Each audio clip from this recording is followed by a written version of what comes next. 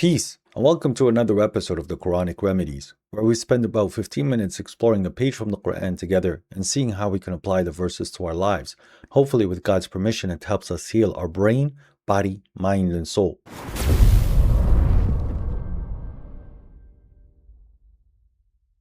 So today we'll be reading from chapter 7, the elevations, from verses 105 to 120. A'udhu billahi minash shaitanir rajim. I seek refuge to God from the accursed devil. Bismillahir Rahmanir Rahim. In the name of God, the gracious, the merciful.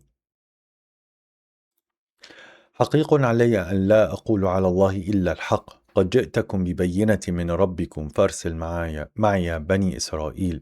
It is only proper that I should not say about God anything other than the truth. I have come to you with clear evidence from your Lord, so let the children of Israel go with me. قال إن كنت جئت بآية فأتي بها إن كنت من الصادقين. Pharaoh said, if you brought a miracle, then present it if you are truthful. فألقى عصاه فإذا هي ثعبان مبين. So he threw his staff and it was an apparent serpent. ونزع يده فإذا هي بيضاء للناظرين. And he pulled out his hand and it was white to the onlookers. قال الملأ من قوم فرعون إن هذا لساحر عليم. The notables among Pharaoh's people said, this is a really skilled magician. يريد أن يخرجكم من أرضكم فماذا تأمرون. He wants to evict you from your land, so what do you recommend? قالوا أرجه وأخاه وارسل في المدائن حاشرين. They said, put him off and his brother and send heralds to the cities. يأتوك بكل ساحر عليم. And let them bring you every skillful magician. وجاء السحرة فرعون قالوا إن لنا لأجرا إن كنا نحن الغالبين. The magicians came to Pharaoh and said, surely there's a reward for us if we are the victors. قال نعم وإنكم لمن المقربين. He said, yes, and you will be among my favorites. قال يا موسى إما أن تلقي وإما أن نكون نحن الملقيين. They said, oh Moses, either you throw or shall we be the ones who throw. قال ألقوا فلما ألقوا سحروا أعين الناس واسترهبوهم وجاءوا بسحر عظيم. He said, you throw. And when they threw, they beguiled the eyes of the people and intimidated them and produced a mighty magic. وأوحينا إلى موسى نلقي عصاك فإذا هي تلقف ما يأفكون. And we inspired Moses, throw your staff, and at once it swallowed what they were faking. فوقع الحق وبطل ما كانوا يعملون. So the truth came to pass and what they were producing came to nothing. فغلبوا هنالك وانقلبوا صاغرين. Then they were defeated there and were utterly reduced. وألقي السحرة ساجدين. And the magicians fell to their knees. صدق الله العظيم. God the Great said the truth. The story is ongoing in regards to how Moses was sent to Pharaoh to sit and confront Pharaoh about his lies and to invite him back to the religion of God. But we are clearly told in the Quran in many places in regards to how the disbelievers, the people where they choose their arrogance over what God is producing, that they become sealed. That these are people that they will start to call the messengers crazy, bewitched, or a magician, or someone who's trying to brainwash them into something that they cannot morally accept because to them it sounds far-fetched. But there is something that is very interesting in these verses that are being presented to us about the nature of Pharaoh. Pharaoh, you could see that he was a little scared of what is being produced in front of him. He was trying to nullify the truth that is very apparent by any means necessary. He didn't just go simply get the first magicians that he saw. He made it into a very big scene where he went into all his cities to bring a magician a magician that is capable of beating Moses, because he knew what Moses brought was a very clear sign. It was something where he truly had to convince himself that it was magic, because the other sensible option is that yes, God has sent this man and God has produced a sign. But Pharaoh, in his eagerness to deny and his stubbornness to deny the Lord of the worlds, he had to devise a plan that was much greater than what is being presented to him. And that's why even when the magicians are asking about their rewards, right? Moses or Pharaoh's return or Pharaoh's answer was something that is very interesting. He said, yes, you will have a reward and you will be among my favorites. So this has become something that is important to Pharaoh because it's literally confronting Pharaoh head on. And not only that, It's challenging the status of Pharaoh and who he thinks he is. He called himself a god. But here another man came to him, worshiping a god. And that himself, the man himself, is not calling himself that Lord or the highest Lord. And then he presented evidence. We know that here Moses threw his staff and became a serpent, and he removed his hand out of his pocket, and it was white for the people to see, i.e., free of blemishes and free of any other issues that it would have had. Now, these were clear signs when even Pharaoh himself were asking for these signs, because the words and what they were presented to as an idea that God is one and God is sufficient for his servants and that he's the Lord of the worlds and he is the one who knows the past and the history and the present and the future. To Pharaoh, this was a concept that he would not accept because it means that he was getting replaced. So he demanded a sign because Moses himself said, I'm not crazy, I have a sign for you. And when he showed those signs, that's when Pharaoh's heart starts to get hardened even more.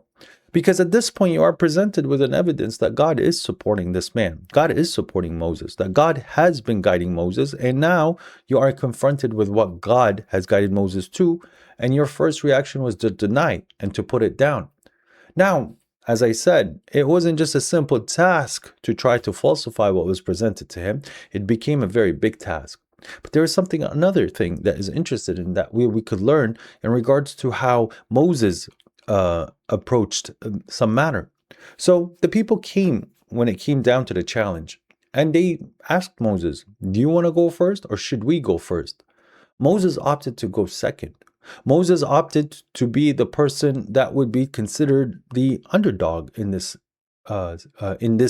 ordeal, because they came with a whole force of people. It wasn't a one-on-one. It was every skilled magician. And these magicians had to sit and contrive a plan and prepare into what they wanted to present. And they also wanted to make sure with their Lord that they were going to have a reward. And then they put their plan into action. And as we know how magic works, it was just a sleight of hand or things in regards to where people's eyes get deluded or deceived. And then they truly don't see what's happening, even though it's just a magic trick. And that's truly what a magic is. That's what a magician do. He produces magic tricks in a way by deceiving your eyes and deceiving your focus, and then they play around. But Moses did not need to prepare. Moses did not need to come with other than him and his brother, because he asked for his brother as a support. But they didn't sit and contrive a plan. He simply said, show me your plan and show me what you're presenting, and God will nullify the falsehood. And that's exactly what happened. But notice the people that are very in tune to how magic works and how to create a magic trick and how to practice certain types of magic. When they seen what Moses was presenting, they had no option other than to submit instantly. And as God tells us, they just threw themselves on their knees. They fell on their knees. They prostrated. They bowed down for God. They completely gave in to the Lord of Moses. Because they are people who are trained to understand what magic is. They are people who play with magic and they perform magic. So when they seen the miracles, they knew that it is not possible to be done with magic, even though they were trying to produce something similar to it. But this example is going to always be presented to us in anything that God has produced. In anything that God has presented as a miracle, there's absolutely nobody that can falsify that other than him in his own subjective, arrogant take to say, no, it cannot be from God. But then yet they cannot challenge it or produce something like it. This is the same challenge that we have been given about this blessed book. That this book, it in itself is like that stick that came to life, or that hand that came without no blemish. It is something that is extraordinary. It is outside of the normal circumstances that we know on how the human being behaves or what is capable in this world that God has designed in front of us. This is a clear indication that God has intervened and produced something as where nobody can reproduce it. And it is clearly a sign done by the Lord of the worlds. And anyone who has an objection to what the Quran is saying or how the Quran is presenting itself, then present a challenge similarly to how these magicians brought the challenge. But it seems like you are not a person that would understand the linguistic nature behind the Quran. And you do not understand the way that the logic and the way that the information is being presented. Because that's why you are going as far as trying to challenge it. So what you would have to do is start to go look for linguists and people who understand how the logic and Boolean logic can be presented, and then tell them to write you something and so that you could present it. Just like how Pharaoh had to go find the magicians. But Pharaoh is ignorant on how magic works. Just like how those people that do not understand the linguistics behind the Quran are also ignorant to the Arabic language and the beauty that the Quran produces, or what the Quran is presenting, which a mere mortal cannot simply mimic or do what the Quran does. And this is where we can take the same solitude that Moses in that moment has taken. There is no book and there is no message and there is nothing that someone can present to you where it is going to falsify this book.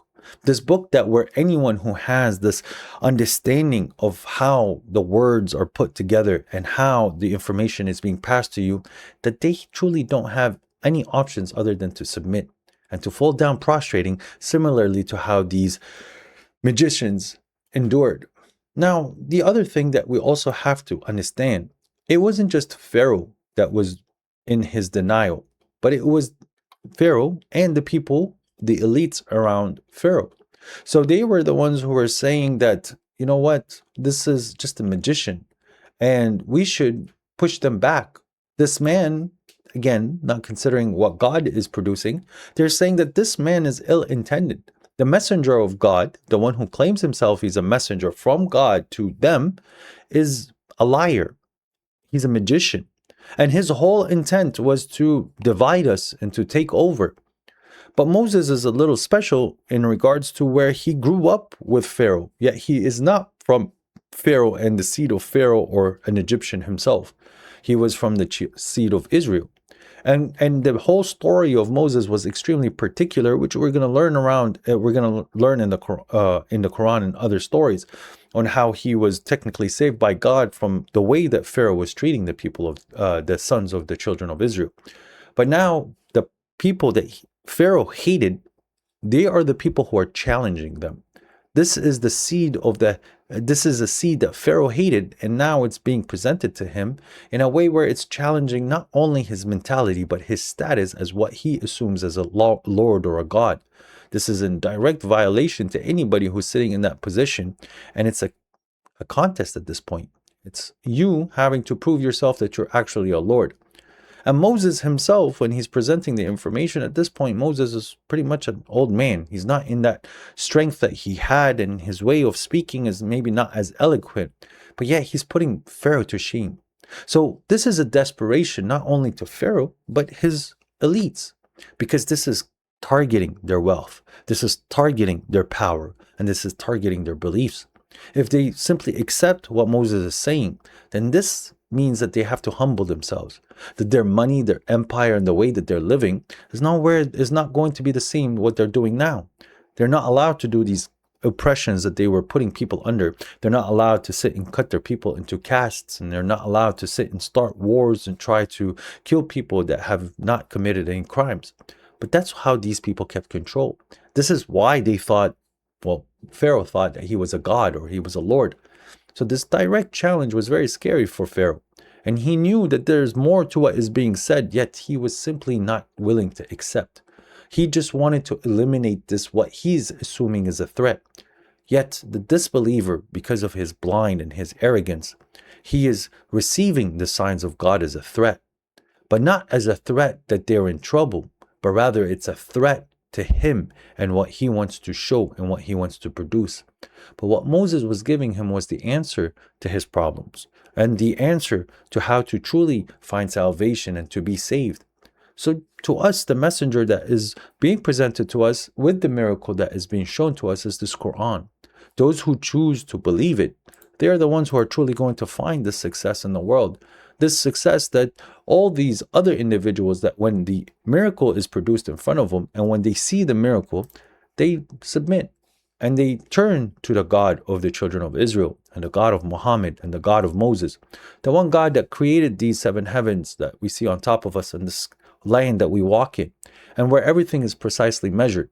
He gave us an objective, and a lot of disbelievers, they object to that way of living. They think that this is it, and that they are in control, and they are the elites, and they were the ones who are given the power and the money. So they start to assume that they might have a position where they would be able to compete with God and compete with the truth. But we could see as someone even to the stature of Pharaoh that he's going to lose, because this is the tradition of God. When God sends a messenger, it's because the people are not in a good position. The humanity started to fail, and God has sent a messenger as a warning for them to come back to the light, to come back to the truth. But God tells us that the elites, when they're commanded to do something by God, they will deny, they will break, they will act arrogant, and then they want to cause more corruption and either kill the messenger or shut him up or silence him or kick him out. But then God rescues the messenger and those who believed, and God will humiliate these oppressors. Now, Pharaoh here, he's a very important character in the Quran. Important to see the mentality of a person that truly bought into the worldly life. That where he, in his mind, hit a level that no man should ever consider himself or hit him or allow himself to go to that position. We have many mini-Pharaohs in this world in this time where they think that they're capable of challenging God's system. Yet they will all fail, just like how Pharaoh did. But maybe you have someone that has the same characteristics of Pharaoh in your life that you're dealing with. Obviously, not to the extent and the power of Pharaoh. But maybe you should also learn from how Moses was told to deal with Pharaoh and how to warn Pharaoh that there's going to be a time, and how the words also got fulfilled on Pharaoh through the messenger of God was Moses and his brother Aaron. And maybe you should take it upon yourself to also warn these people that want to be like Pharaoh, that they think they're gods or they think that they're in control, simply by reminding them that you are as weak as any other human being that is around. And then there is no way that you're going to be absolutely capable of even challenging the truth in any way. And the truth will be fulfilled. So this is a very important lesson that is going to be repeated in a few different ways in the Quran. The story of Pharaoh and Moses. Because the story of Pharaoh and Moses is one of the highest examples of what we truly see and what we have to deal with almost on a daily basis. And with that said, I hope you guys are enjoying these. All praise to our Lord, the Lord of the worlds. Peace be upon you.